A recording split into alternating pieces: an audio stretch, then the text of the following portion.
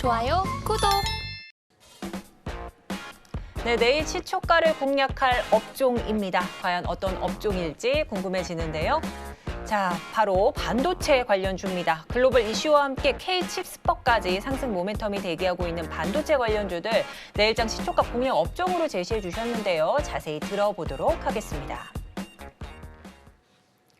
자, 이제 내일장 시초가 공략 업종으로 반도체주 좀 꼽아주셨습니다.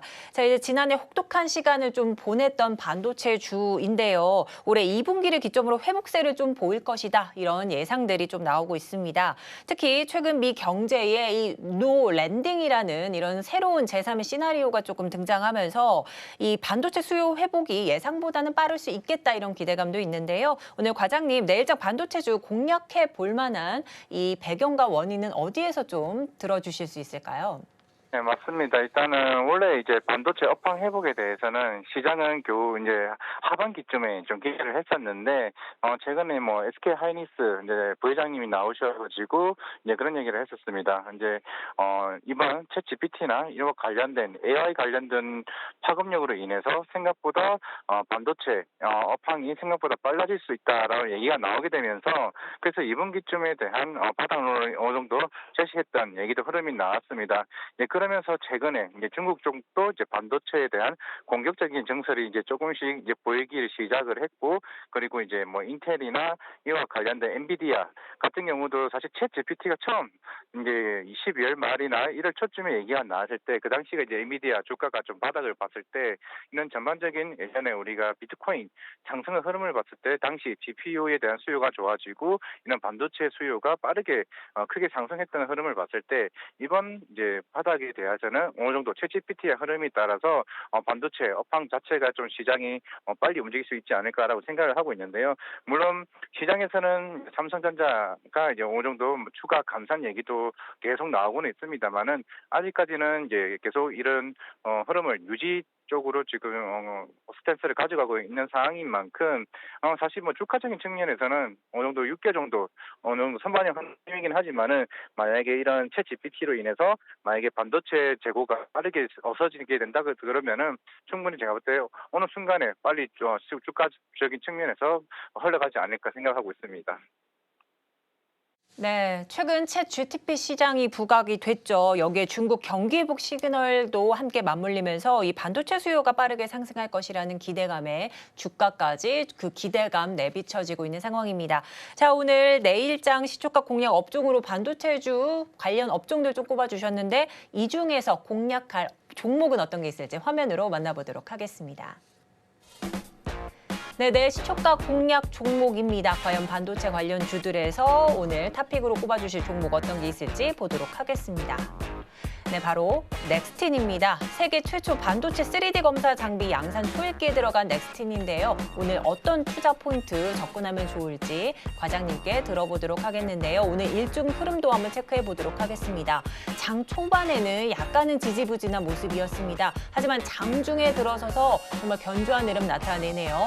12시를 기점으로 해서 고점을 한번 터치를 했고요. 현재는 살짝 눌리는 모습이지만 오늘 전반적으로 0.5% 강보합권 유지하면서 좋은 흐름 이어가고 있습니다.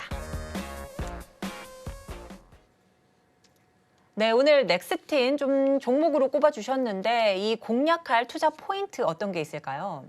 네, 일단 넥스틴 같은 경우는 반도체 이제 미세 패턴 검사 장비 업체로 좀 아시면 될 것 같고요.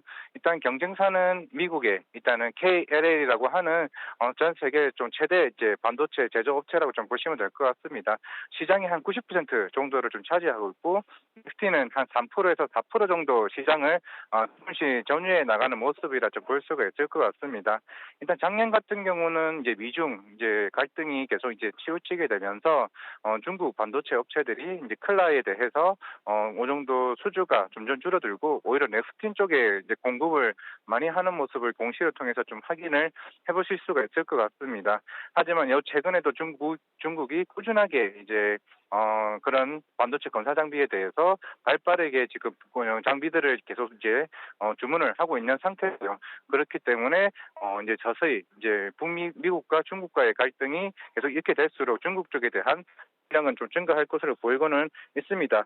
일단 앞에서 잠깐 말씀하셨던 것처럼 이제 3D 이제 검사 장비라고 해서 아이리스 2라는 제품명이 사실 원래 넥스틴이랑 인텔이랑 공동 개발을 해왔었습니다. 한 재작년 9월부터 계속 준비를 해왔었는데 이게 인텔이 반도체 디램에 대한 투자를 좀 포기를 하게 되면서 이제 독자 개발을 하고 있습니다. 독자 개발하고 있는데 이 최근에 이제 SK 하이닉스에서 3D 검사 장비에 대한 좀 주문을 좀 하려고 하고 있기 때문에 그만큼 추후에 여기에 대한 마진이나 이런 실적에 대한 어느 정도 그런 좀 굉장히 상향된 흐름을 좀 가져갈 수 있지 않을까라는 생각을 하고 있는데, 근데 이게 아직까지 KL 같은 경우도 3D 검사 장비를 아직 못했습니다.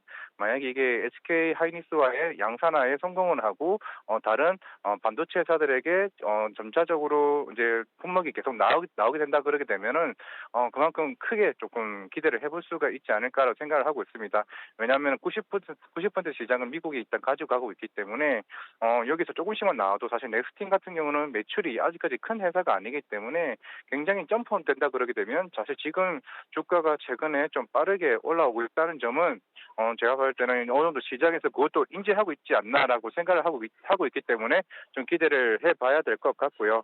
물론 지금 기존에 가지고 있던 아지스 3나 아지스 2 제품들도 작년까지 꾸준하게 많이 팔렸기 때문에 만약에 이런 3D 검사 장비가 시장에 본격화가 나오는 한 내년쯤이 되면은 아마 좀 시장에서 크게 부각받지 않을까 생각하고 있습니다.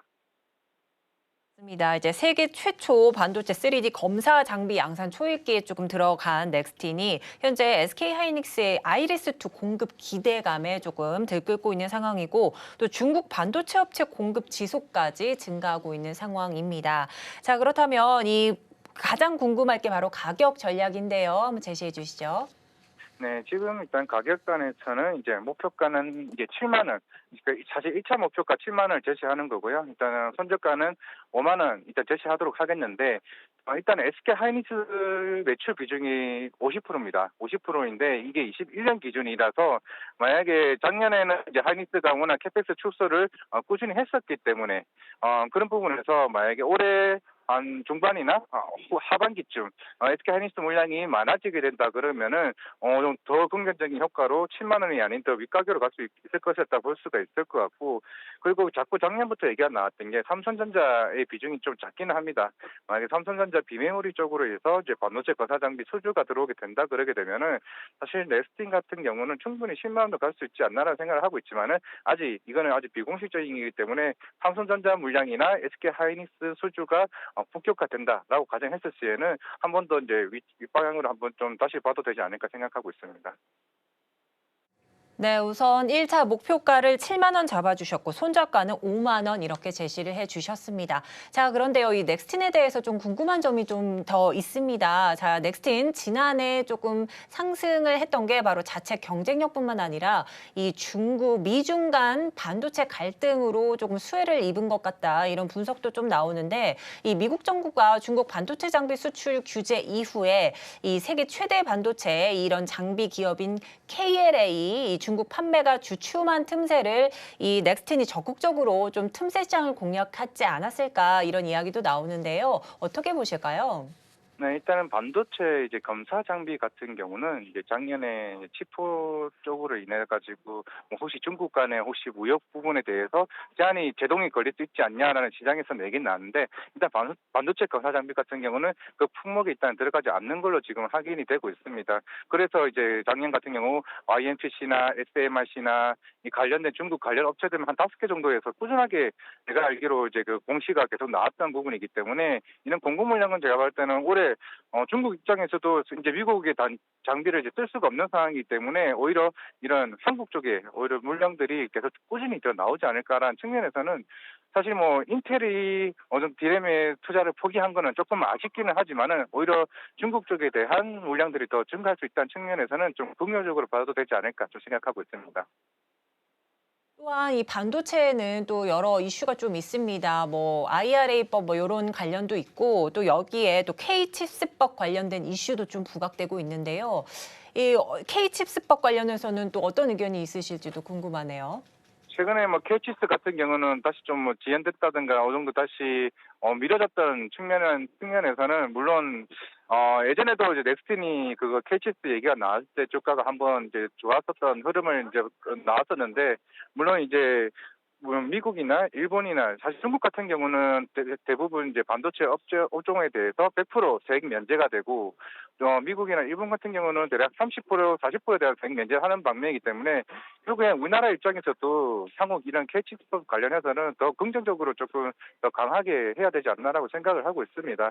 사실 이게 25%라는 이게 세액 면제 자체가 사실 그렇게 크지는 제가 봤을 때는 않다라고 생각을 하고 있거든요. 결국에는 일본, 중국과의 경쟁을 위해서는 앞으로 좀 이런 캐치법 가격에서는 좀 더 강화하게 빨리 나와야 되지 않나라고 생각하고 있습니다. 좋아요, 구독!